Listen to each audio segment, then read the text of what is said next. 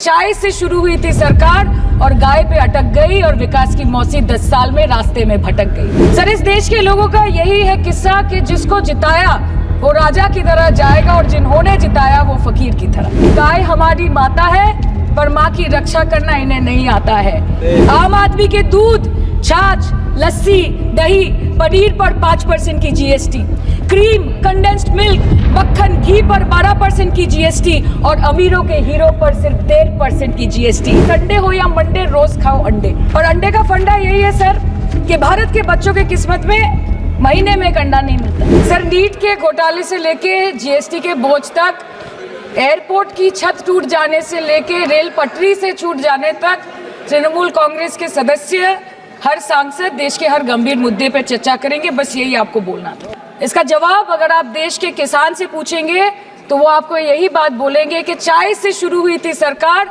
और गाय पे अटक गई और विकास की मौसी 10 साल में रास्ते में भटक गई। सर, किसान खुद क्या खाएंगे? अपने परिवार के लोगों का खिलाएंगे? अपनी गाय, भैंस, भेड़, बकरी को क्या खिलाएंगे? सर, ऐसे ही वारदात होते हैं जहाँ गरीबी से जूझता हुआ एक किसान उसको अपनी गाय, भेड़, बकरी को बेचने में मजबूर करते हैं और अंत में जाके वो अपनी खुद की जान ले लेते हैं। सर, पिछले 10 सालों में 1,12,000 किसानों ने इस देश में आत्महत्या की। एनसीआरबी की एक रिपोर्ट के अनुसार 10 साल में हर दिन इस देश में एवरेज में 30 किसान हर दिन अपनी जान ले लेते हैं। सर, इस देश के लोगों का यही है किस्सा कि जिसको जिताया वो राजा की तरह जाएगा और जिन्होंने जिताया वो फकीर की तरह। सर, ये बहुत गौरक्षा की भी बातें करते हैं। देश के लोगों को ये पता होना चाहिए that there is a fodder crisis in India and the union minister has himself stated in a written reply in Rajya Sabha that yes, the country is deficit in fodder. So it means that cows are dying without food in government owned goshalas, especially the BJP ruled state. तो sir, पहले खाना ही नहीं मिला, fodder crisis, फिर मिल भी जाए तो इतना महंगा कि किसान खरीद ही नहीं पा रहा है, फॉडर इन्फ्लेशन, और सर खाना मिल भी जाए तो पशुओं की बीमारी। उससे मुकाबला करने के लिए इस सरकार ने क्या किया?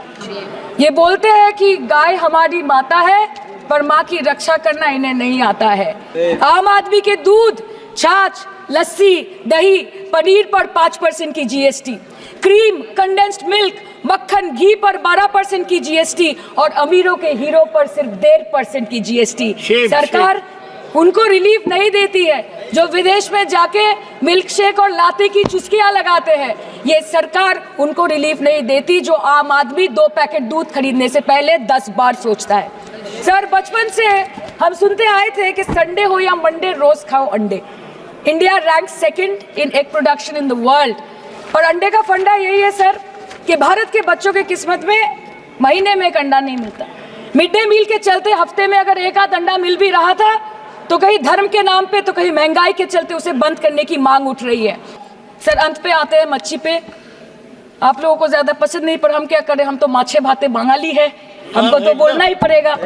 इस बीजेपी सरकार ने पिछले 10 सालों में इस देश के लिए क्या किया, उससे बड़ी तालिका बनेगी कि 10 साल में क्या क्या कर सकते थे पर किया नहीं।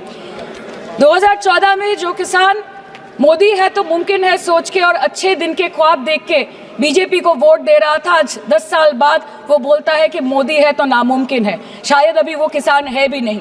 तो इसीलिए मैं बोलना चाहती हूँ कि समय बड़ा महत्वपूर्ण होता है अध्यक्ष महोदय और बड़ा बलवान। बंगाली में हम एक बात बोलते हैं कि समय गेले साधन होबे ना। इसका मतलब यही है कि अगर समय चला गया तो साधना नहीं होगी, अगर भक्त रूठ गए तो आराधना नहीं होगी। और 3 से 303 से 240 के आंकड़े बोलते हैं कि इस बार जो आप चले गए तो दोबारा लौटने की संभावना नहीं होगी।